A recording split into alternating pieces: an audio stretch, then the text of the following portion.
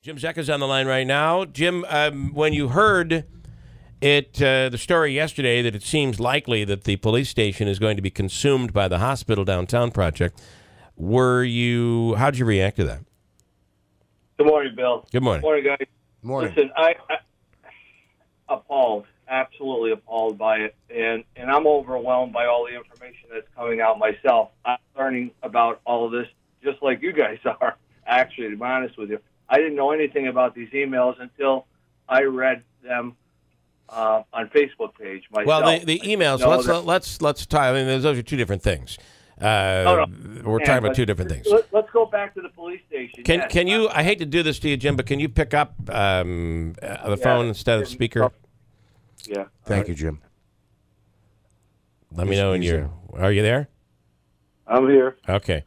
All right. So, what are the emails? Where do the emails come from? These are emails between Anthony Brindisi, Tony Pacini, and Steve DeMeo.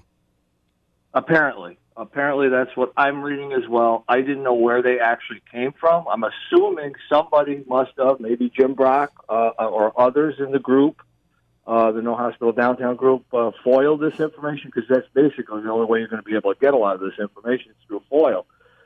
What was really disturbing after reading them is the fact that Assemblyman Brindisi did not use his official government email address. He was using his business email address or personal email address, and probably would have never been able to get this information at all through FOIL if it wasn't for the fact that Pacini and DeMeo used their government email addresses. So I'm assuming when a FOIL was put in, it came from their FOIL request, a FOIL request on Pacini or... Well, we learned a lot about that with Hillary and what's her name, and Anthony Weiner, right? Yeah. Huma. What I would suggest, because, again, I don't have a lot of information on this, but I am appalled by it, and I'm appalled by some of the comments that were made.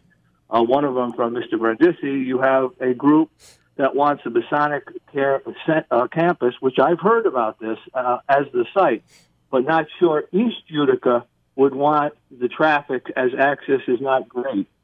Well, again, we've been talking about this downtown as a problem. Yeah, but downtown. Again, this is getting... Downtown compared to the Masonic over there, there's just no comparison there. Jim, and how can I don't know about that, but Jim, really, hold on, Jim. Arterial right there. I mean, there's no comparison. Jim, listen, we'll let you make your point, but again, that's like you had suggested West Utica. That traffic grid, is not friendly for a hospital. And I think I grew up in East Utica, Bacon and Bleecker. I think you could make the same case over there. The reason I said that was not far down from Masonic. There's so much more. You could do so much more in a downtown area. If that's the thing that outrages you about this letter, then it's this email. It's an absolute non-story. I didn't say that. I said I don't want to get into the weeds, Jeff, with this. Okay. But this is just examples of the things that were said 2 years ago. So this was a done deal 2 years ago. That's the point I'm trying to get at. They had their mindset. They were going to pressure people, such as board members, into saying either you do it where we're telling you it's going to be, or you're going to lose the $300 million, and the governor's going to tell you where to go. This is where it's going to go. That's how these guys operate, Bill, and you know it. And they've been operating this way for years and years and years. The people of the city of Utica and Oneida County better wake up. All right, can I break this? This kind of crap is going to continue for a long, long time. They're going to take advantage of people and make sure that the inside group all gets taken care of. That's the way it is. All right, just stop right there, please. Let me respond to some of what you're saying. First, I don't think there's any secret that Anthony Brindisi and government officials want to put the hospital downtown and wanted to put it downtown from the very beginning. I don't think there's any... Why fake the information? Why tell people, well, we want public input. We want to have public hearings. We want to have public meetings. That's all bull. Well, maybe. Maybe. I mean, ultimately, the question back at this time was, because the board had voted to move forward on the number one spot being downtown. And number one spot to who? Well, that's the question. Well, I don't think there's any secret that Brindisi or the governor or any of the local officials wanted to go. I think they wanted it to go downtown. I don't think that's a secret. Secondly, but why? I don't understand why. Because you're saying, the public relations has been terrible. If they have come out with a plan and said this is the plan, they should have put out the whole plan. And I said, agree. This is what we're going to do, and this is how we're going to do it. But that's not. Hold on. That's not Brindisi or Pacenti or Griffo or any of the others. That's MVHS. They're the ones that have basically been managing this, working along with Edge. So it's been terrible. The whole process. I agree. We talked about it. I agree. I think this is awful. It's like the worst PR rollout of a project. And they're causing their own problems here, giving people like you to be able to come in and but there's the but I want to just get back to the facts, though. The police station, another issue. I'm really concerned as a taxpayer of the city of Utica and the people that I've talked to again during the election. Unfortunately, I wasn't able to get it back in, but I'm still representing people. I'm still going to be an advocate for the people of the city of Utica, no matter what. And I'm very concerned about this whole issue now that came out on your show yesterday with the police station. Yeah. And you know how they've been slowly putting out articles about the condition of the police station. Yeah. They knew this was going on. They knew this was going to happen. They had to get that building. Well, my concern is now, because the courthouse is going to be surrounded, they're going to say they need to do a combination of a police station, courthouse, and now we're talking multiple millions of dollars. First of all, where's this money coming from? I think it's a little premature because the story just broke, right. and the chief told us yesterday that they don't have a location, they don't have there's no plan in place, but they have discussed what the building might look like, and they have discussed the fact that a new construction would be far more economical than going into an existing building. That's what we learned from yesterday. Do you know what kind of cost that's going to be to the taxpayers? Jim, we don't. I don't think we can.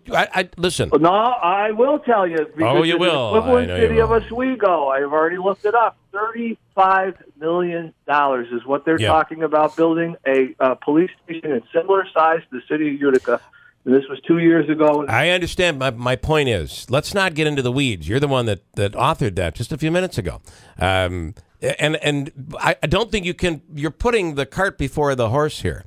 Let's just discuss the fact that it exists, that they're going to take the police station. How it's going to be paid for, we haven't. No one's had a chance to even talk about that. It could be that there's a plan in place to do that. I don't know.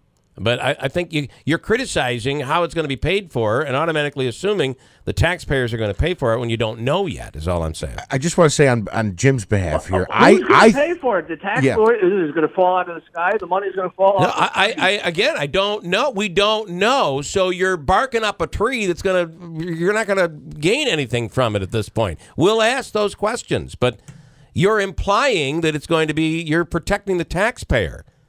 You don't even know the you're implying that you're out protecting the taxpayer when there aren't even any details out there. So I want you to go back to the emails that you've sent us, and which to me seem like it's local officials talking. There's a movement against a project they want to do. It seems like the movement is gaining some ground, and you have local officials saying, "Are we in front of this? Are we talking to people involved? How do we prevent this from being another Stewart's debacle?" Not that you don't remember that. So I don't see there's anything. We built a nice Stewart's in West Utica. Yes, you did. Was the plan originally? I don't. But they wound up in East Utica too. Which turned out listen. all right. And it was a smaller one, by the way. You imply that that these officials are doing the hospital going downtown. That these officials are benefiting from it. Can you explain to me what benefit there is to Anthony Brindisi that the hospital goes downtown, or what benefit there is to Pacenti or Griffo? Personal benefit, as if they're receiving something from the closed backdoor room where cigar smoke is bellowing from the cracks. I can tell you that politically, they want a big shiny building downtown to show that they've accomplished such a thing here for the community. And is that a terrible thing? hell for the taxpayers. Is that a terrible thing to have a new downtown? A new downtown? No. Shiny new downtown. We put together a master plan for the city of Utica. I was involved in that. We haven't had a master plan in the city of Utica. I don't want to talk about that. I'm sorry. We're getting into the weeds here. But back to, is it wrong for a politician? Stop, Jim. Jim, when I'm talking, I'm potting you down. You're wasting your breath. When is it bad for a politician to want to show progress, whether it's to be elected or to transform the downtown, whether it's hopeful that that's their legacy, that they can then go into retirement and people will say, boy, look what Anthony Brindisi or Pacenti did or Griffo did downtown. Is that a bad thing? Yeah, when it involves an individual's needs instead of the people of the community. But Jim, every person, are you implying that you running for office don't have certain individual desires? Oh, I do. All right, everybody does. It's human. I don't think there's anything wrong with that. But this implication that they're lining their pockets is completely ridiculous. Well, you could talk to other folks about that. I have no proof of that, but I'm sure some of the stuff will come out. Yeah. Who's tied into what? Who owns land down there? I want to ask. What land is being sold? I want to ask you. I want to ask you about the email. It looks like the initial email came from Anthony Brindisi. If he wanted to hide this, why would he have sent it to? Why would he have sent it to two government emails? I don't know. You're going to have to ask him. Well, we will. Maybe he thought it was because it was his email address coming from his personal email address. It wouldn't go anywhere. I don't know. Okay. I have no idea. We'll You'll have to ask him on that. But I would talk to. We're going to do that too. Thanks for the advice.